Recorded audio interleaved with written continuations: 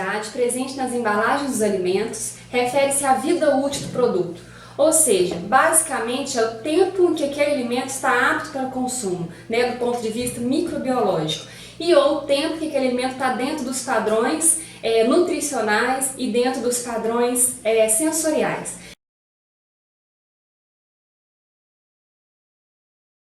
Bom, muitas pessoas perguntam se o alimento após o prazo de validade pode ser consumido, se após um dia, 2 dias após o prazo de validade pode ser consumido. Bom, geralmente as empresas elas trabalham com uma margem de segurança, ou seja, elas são um pouco conservadoras para garantir a segurança do consumidor e elas costumam reduzir na embalagem, colocar um prazo de validade um pouco mais curto do que realmente é a realidade. Só que nós não podemos afirmar que todos os produtos isso ocorre, então nós não temos segurança nenhuma para falar que após o prazo de validade, nem que seja um dia após o prazo de validade, o alimento pode ser consumido.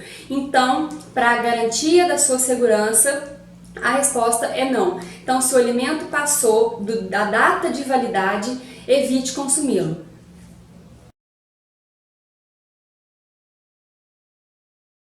Basicamente, os alimentos podem ser agrupados em 3 grupos. Então a gente tem o grupo dos alimentos não perecíveis, que são aqueles alimentos que podem ser estocados em temperatura ambiente por um longo período de tempo, meses ou até mesmo anos, sem se deteriorarem, sem alterarem. Corresponde basicamente aos produtos que têm baixa umidade, baixa atividade de água, como os grãos, cereais e produtos desidratados. Aqui a gente tem a farinha, então, como um exemplo dos alimentos não perecíveis. Bom, o segundo grupo são os alimentos semi-perecíveis. Alimentos semi-perecíveis são aqueles que, embora tenham uma constituição rica e tenham uma grande quantidade de água, eles possuem uma casca, um tecido envoltório protetor, que o protegem do meio ambiente, fazendo com que eles durem por alguns dias, principalmente se mantidos sob refrigeração. Esses alimentos semi-perecíveis, se por acaso essa casca, essa proteção for rompida, eles acabam se tornando perecíveis. Como exemplos de alimentos desse grupo, a gente tem alguns vegetais, algumas frutas, como a maçã, a beterraba, a cenoura, a batata. E aqui a gente tem a maçã, então, para poder representar um alimento semi-perecível. E a terceira classe que a gente tem são os alimentos perecíveis.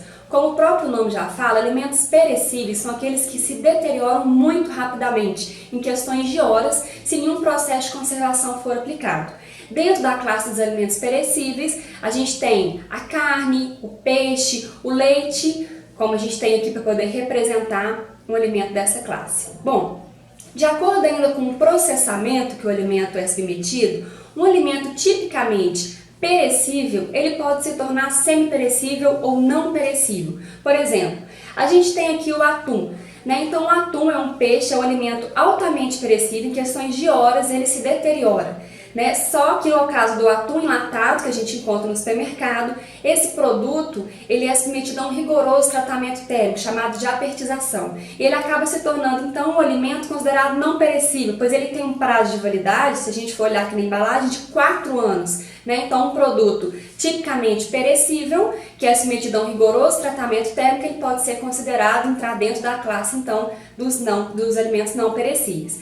Então, de acordo com a constituição química, as características físico-químicas e também ao processo com qual esse alimento é submetido, eles são classificados em uma das 3 classes, que são alimentos não perecíveis, semi-perecíveis ou perecíveis. Ou a gente promove a destruição dos agentes alteradores, ou a gente altera o meio do alimento de maneira a se tornar não propícia a alguma alteração enzimática ou microbiológica. Bom, existem diferentes estratégias de conservação que podem ser utilizadas para ampliar a vida útil dos alimentos. Dentre elas, tem-se o tratamento térmico, que é um método de conservação baseado na aplicação do calor. De acordo com a rigorosidade, a gente tem o branqueamento, pasteurização e a esterilização, a apertização dos alimentos. A gente tem métodos baseados na remoção de água, a concentração ou secagem. A fermentação também é um método de conservação, fermentação acética, lática ou alcoólica. A gente tem métodos baseados na diminuição ou redução da atividade de água através da adição de solutos como sal e açúcar. Temos ainda a defumação, adição de substâncias químicas no produto, como os conservantes. Temos também a remoção do calor ou abaixamento da temperatura, como o resfriamento e o congelamento. E, logicamente, como método de conservação, nós também temos a embalagem, que tem a função, então, de proteger o alimento contra o ambiente externo.